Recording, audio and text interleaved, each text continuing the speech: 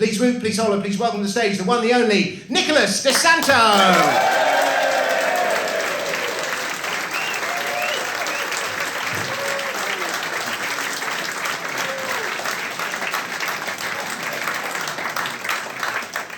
Thank you very much. Good to be here. Good to be back. Did you watch Eurovision?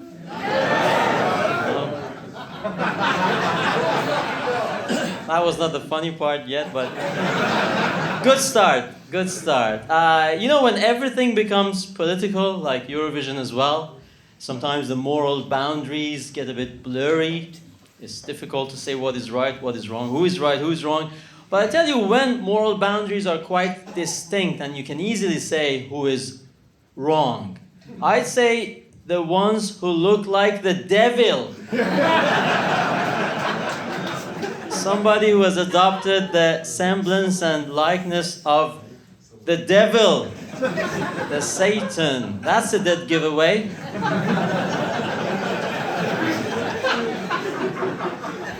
Anyway, it's time for travel. Do you like traveling? Yeah. But you gotta choose your destinations wisely, right? Sometimes British people decide to go to a fascinating land. And that's a bad choice. Here's what I've learned living in this country. When a British person calls your country fascinating, usually it's not a compliment. You know, there are two kinds of countries in the world. The ones which manufacture cars and planes, and the ones which manufacture spices and acid attacks.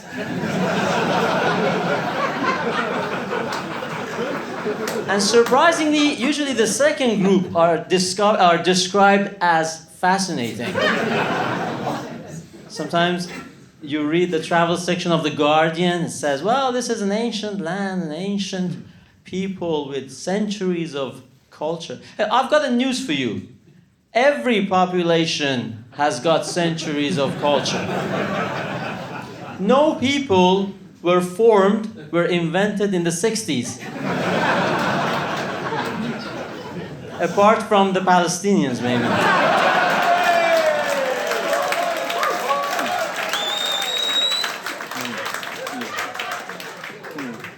I'm not Jewish, by the way, I just look Jewish. Is that good? Yeah, but the Foreign Office helps you choosing your travel destination. You can go to the Foreign Office website and they have a country profile and travel advice per country. So you go check out this particular country and it says something like, it has now been 6 months since Western tourists were beheaded in this country in front of cameras. So if you really want to go there, please exercise caution. Don't stand out, try to blend in. How do you do that? You are going quad biking in the desert on a Tuesday morning. Do local Moroccans do that?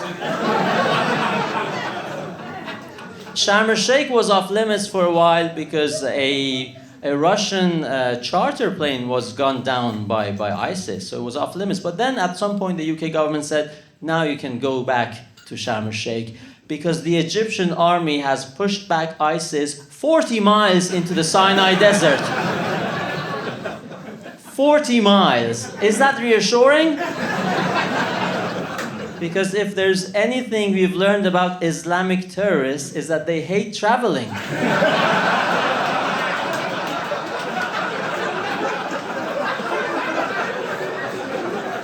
No Islamic terrorist has ever traveled more than 40 miles to hurt Westerners. Right, you gotta get your passport. Nigel Farage was unhappy about his passport because it used to start, the British passport, with European Union. He should have seen one of my passports. It starts with Islamic Republic. You open the passport, every left page, picture of a mass murderer. Every right page, picture of a child soldier, the national hero. You hold the hologram against the light. It says, "Death to Israel." You flip through inside the back cover. It says, "Passport not valid for travel to Israel." No kidding. I figured, but it doesn't say Israel. It says occupied Palestine, because they call Israel occupied Palestine. You know that? Because Palestine has been occupied. Here's a fun fact for you. The Iranian government calls all of Israel occupied Palestine. The Iranian government claims more territory for Palestinians than the actual Palestinian Authority. But the Iranian government claims less territory for the Palestinians than Columbus University students.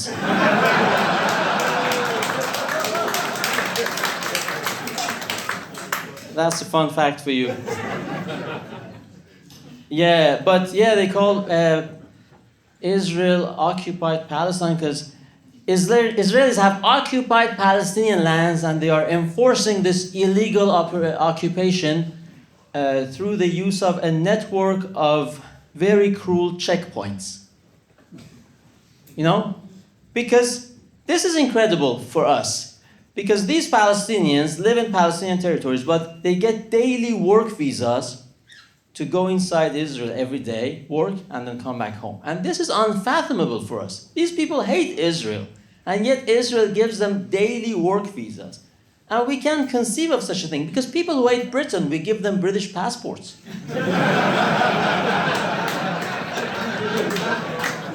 What's up with that? We give them passports to them and their whole tribe, and then they descend on Parliament Square and shout, "From the river to the sea, more benefits for family and me."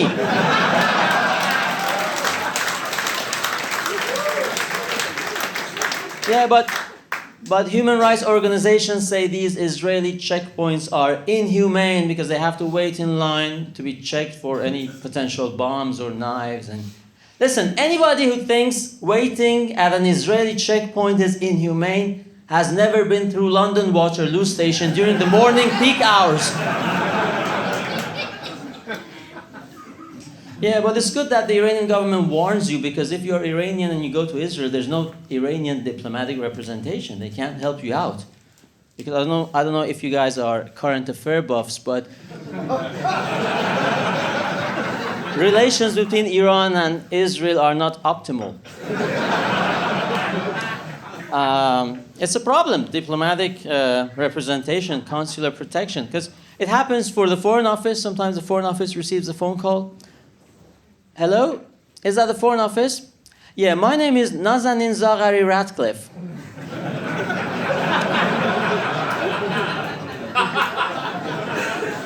Funny story. Remember when I told you I was escaping from a murderous regime and therefore I needed a UK passport? Wouldn't you know it? It is a murderous regime. And I'm calling you from inside the murderous regime. I've been jailed. No, I didn't read the travel section of The Guardian. I came here for a visit for my second cousin's birthday. That means a lot in the Iranian culture because we each have 25 of those only. Anyway, they want 400 million pounds to release me. How are you going to wire that to... They promise they won't use it to kill any Britons, just Americans and Jews. What do you mean I don't have right to consular protection in the country of my other citizenship? Where is it written that I don't have right to consular protection in the... Oh, inside every British passport, page 5?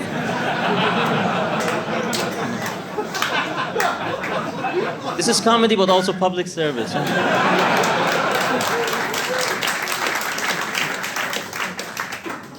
This can become useful and save us also taxpayer money when the British government doesn't have to bail you out.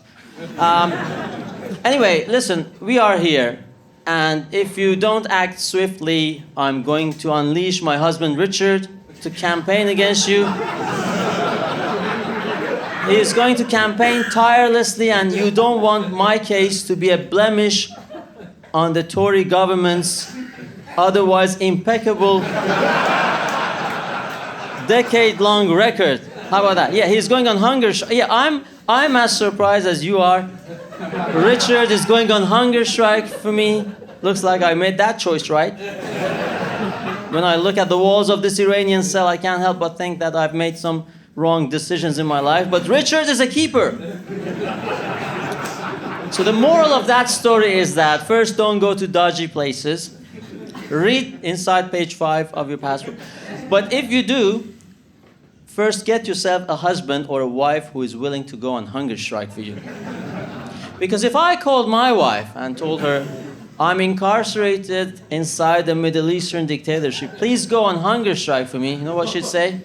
She'd say, I'm a vegetarian. I already look like I'm on hunger strike.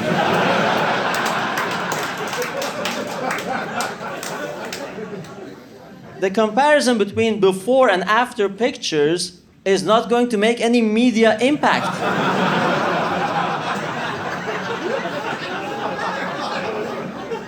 So you got to choose wisely. Sometimes you go to a travel agency. Yeah, I want to book a Mediterranean holiday. May I suggest Italy, the biggest number of UNESCO World Heritage sites? Let me stop you there. This year, I'm looking for an adventure. Adventure, you said? Have you tried ordering tap water in one of their restaurants?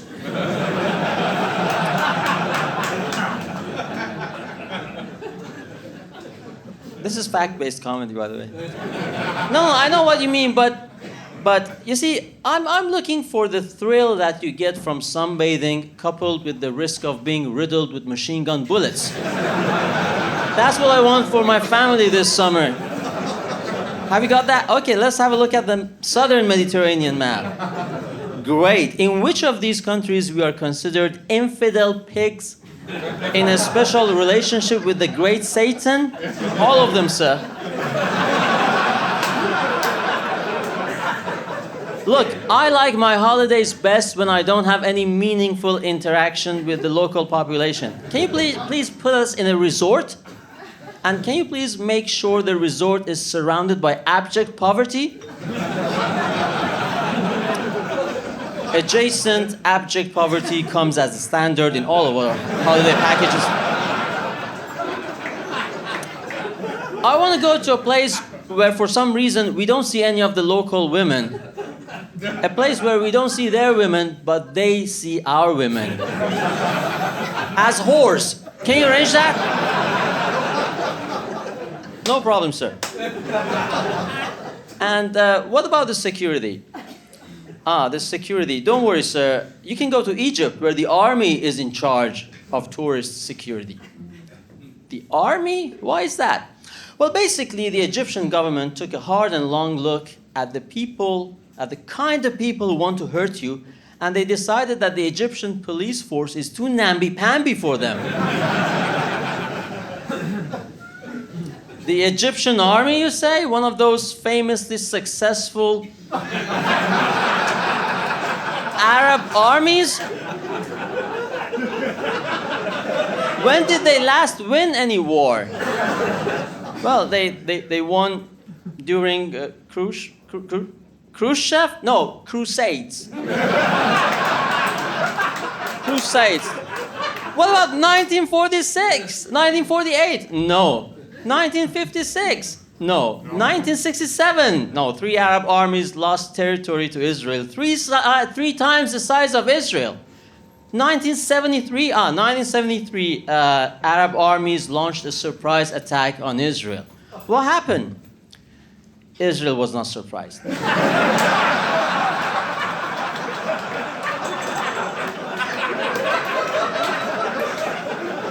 Or if they were, they managed to hide it really well.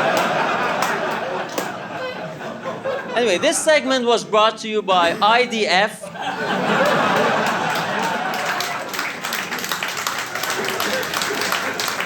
And Agenzia Nazionale Italiana per il Turismo.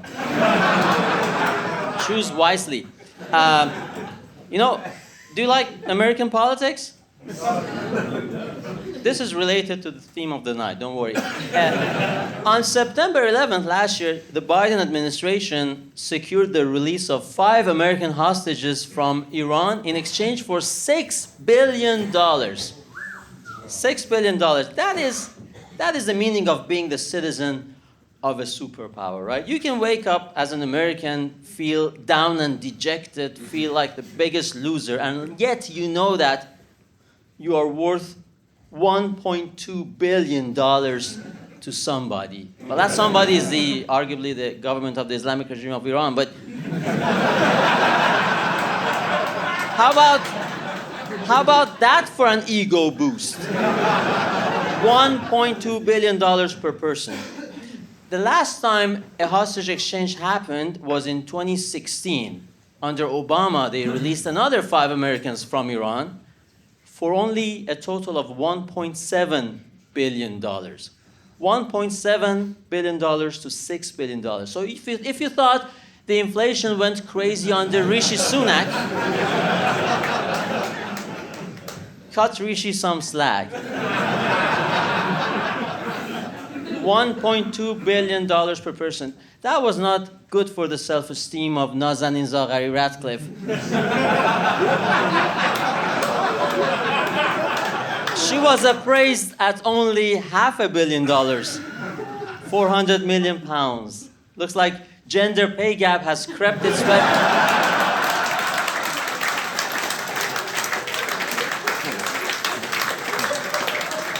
No, it's not about gender pay gap, it's about British politics, and as Dominic would happily tell you, the depreciation of fiat. The sterling, a crime against our nation. But in conclusion, don't go to dodgy places.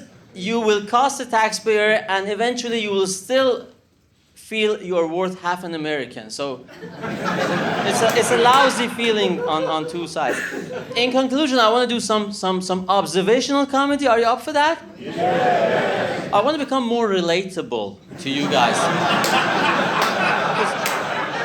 Observational comedy is when you zoom in on some mundane aspect of everyday life and try to point out the absurdities in that so people can relate. Like, I'll give you an example. Like, it usually starts with, don't you hate it? Don't you hate it when you go to buy a fridge and they're all white? And, oh yeah, that's annoying. I thought about that. So that was just an example. Settle down. It gets better. Don't you hate it when you love watching Second World War movies, but your side always loses? Just me? I get it that you think the right guys won and we live in freedom and all that, but remember, losers and winners can be on both sides. So even, for example, even if Germany lost, you can argue that for German nuclear scientists, their paychecks and working conditions, employment terms and standards notably improved in the post-war era. And in the same fashion, I would argue that for the English victims of Pakistani grooming gangs, they would have been better off under the Third Reich. Bear with me. I would put it to you that for the underage, little disadvantaged white girls who were groomed by these Pakistani gangs, were Gestapo to investigate, Gestapo would have had far fewer reservations about appearing racist.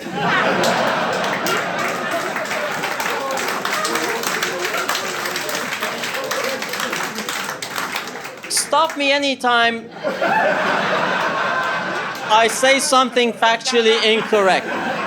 I would posit to you, that's a word, I would posit to you that Gestapo would have listened to those girls and got to the bottom of that. But your grandfathers had to win the war, ruining World War movies for me and the lives of those girls. But okay, I get that. We live in freedom now. Well, unless you want to question government arbitrary lockdowns or dodgy vaccines, or mass immigration, the great replacement, LGBTQ propaganda, net zero climate change, and a bunch of other stuff. But other than that, we live in freedom.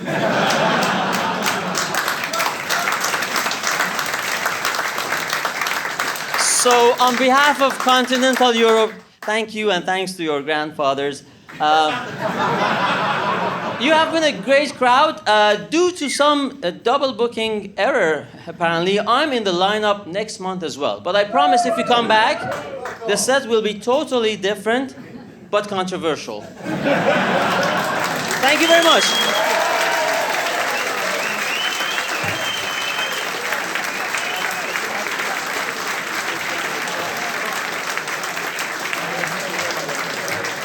Nicholas DeSanto.